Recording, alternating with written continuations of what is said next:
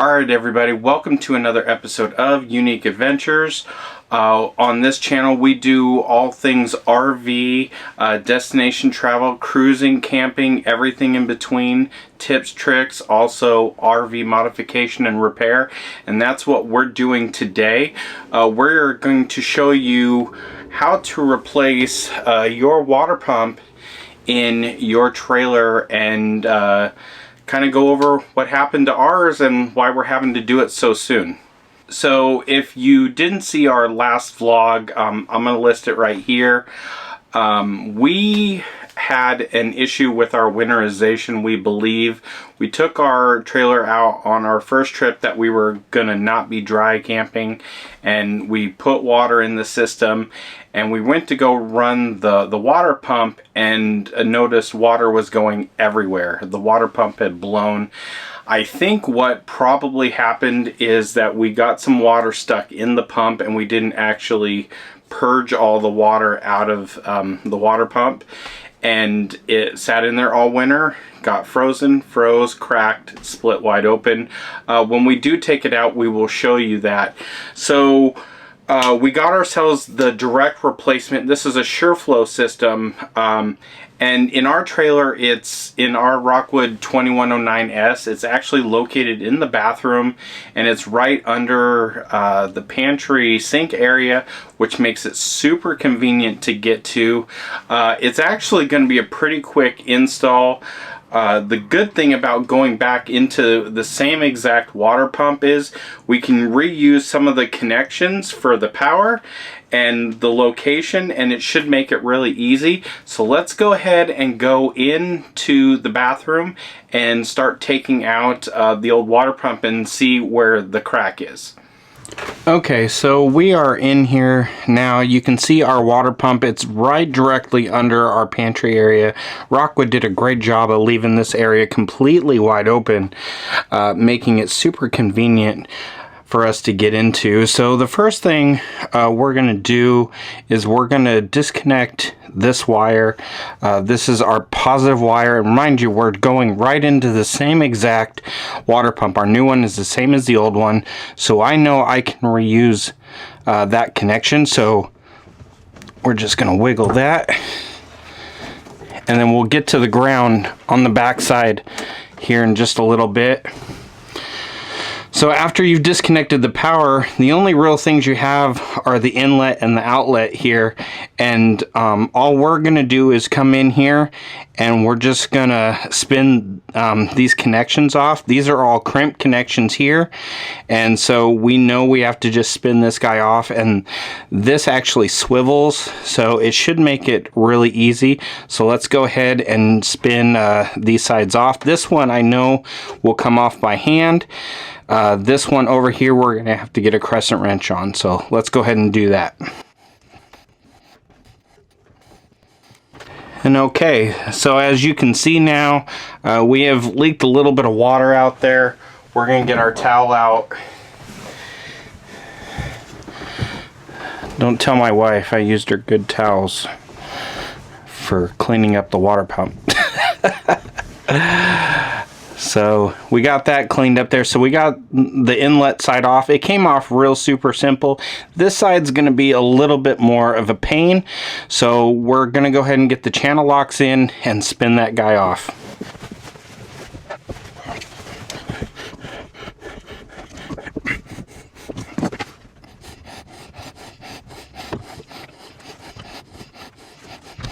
Okay, well, we got that off. It's just going to drain the little excess of water there.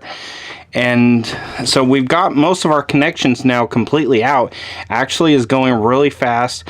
The thing we have to do next is to actually physically get the water pump out. There are 4 screws, 2 on the back, 2 on the front here. We're going to get the drill in here and hopefully pull this thing out really easy.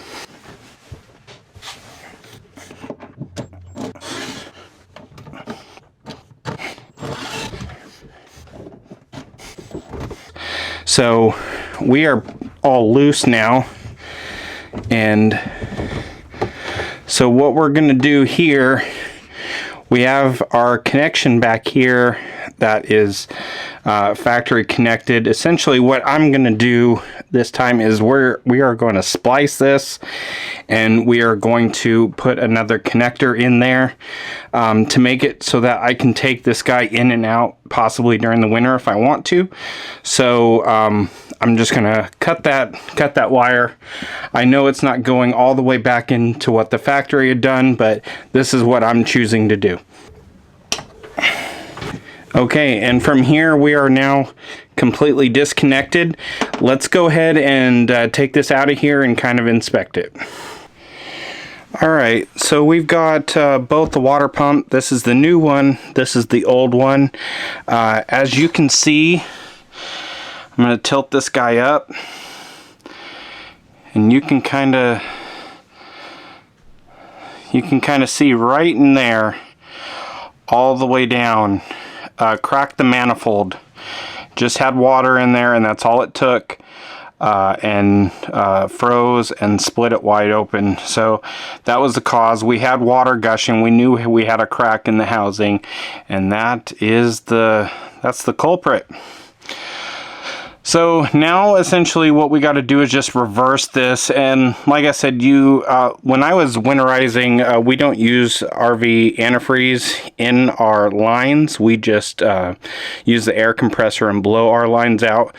The one thing I did forget to do was actually purge the pump at the end of the season, just to make sure to cycle any water back out of that. Probably would have taken that line off and just let it spurt the water out. That's what I probably should have done, and probably what I'll end up doing. Or some people actually just pull these out for the winter. So I'm not sure what I'm going to do next year. But this was a $75–80 mistake, and you know, sometimes that happens. We're not perfect. The good news is that this guy was easy to get. I ordered it while we were out camping, and it almost beat us home by the time we got home on Sunday. So really nice to have that convenience. Amazon for the win. If you want to help support us and you need a water pump, the water pump was actually pretty good, besides me not winterizing it properly. I'll leave it an affiliate link down below. So let's go ahead and try to see if we can put this thing back in. Alright, so we're back here with the new water pump, our Shurflow 4008 101A65. What we're going to do right now is we're going to take this front line out, wiggle that off, because we're going to use that old connection. Then it'll just make it a lot easier since we're putting the same thing back in. And then we got the ground wire back here that we've got to reconnect. We kind of spun this on. What I'm going to do is put one of these guys on. You can see that. And it's just a female and a male spade. Put that on there nice, real good. Come back in with the crimp. And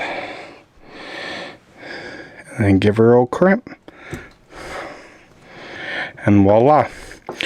We're going to put the female connection on the other side that we cut off. And so we're going to go do that right now. So we're back underneath after getting that crimp done. We're going to come in and kind of get this thing lined up where it was. We'll get the screws on it here in a minute. We got that negative female and that negative male connection. So we're just going to connect that up. So now that we got that done, we're going to get these screws started, get those going back in. Start on this side because I can see a little bit better. And so we now got the water pump in there good. We're going to come back in now and hook this thing up with the power. This thing's kind of finicky. There it goes. Okay, so we got our power hooked back up. We're going to take our inlet side, come back in,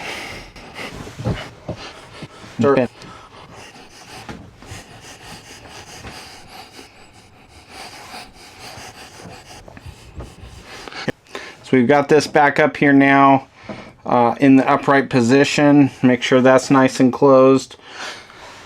And then we just got the output side now. We're just going to come and screw it back on. And then once we got that on to where we got it hand tight, and come back, just give it a couple of turns. Make sure to take your time here. Okay, and that is pretty much it. The one thing I do want to tell you here is the manufacturer says not to use Teflon tape or anything on these connections, so we did not do that. We will keep an eye out to make sure that these don't leak. The other thing is there's a little compression fitting on the inside over here. You definitely want to make sure that that doesn't fall out.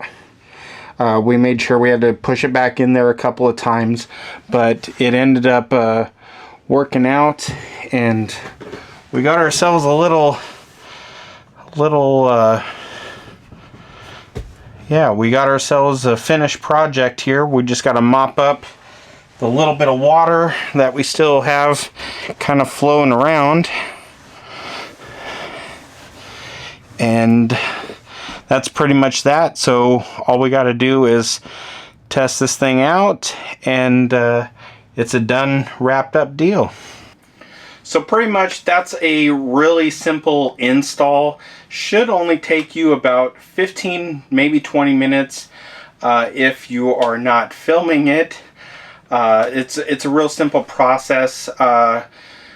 Hopefully this time we will do better winterizing next year, and we hopefully won't have that issue. After you get it set up, obviously you want to run some water through it.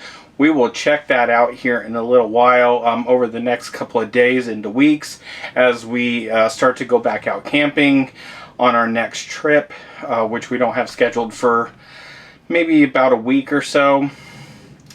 But that's pretty much gonna wrap this up. Hopefully you got something out of this. Let me know in the comments if you have any other questions about water pumps, or what your experience has been with having to replace the water pump.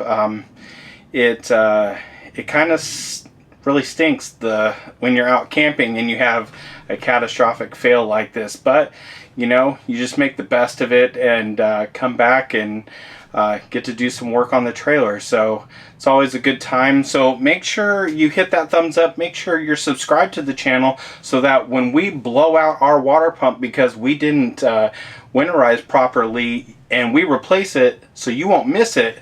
But until then, we'll see you guys in the next adventure.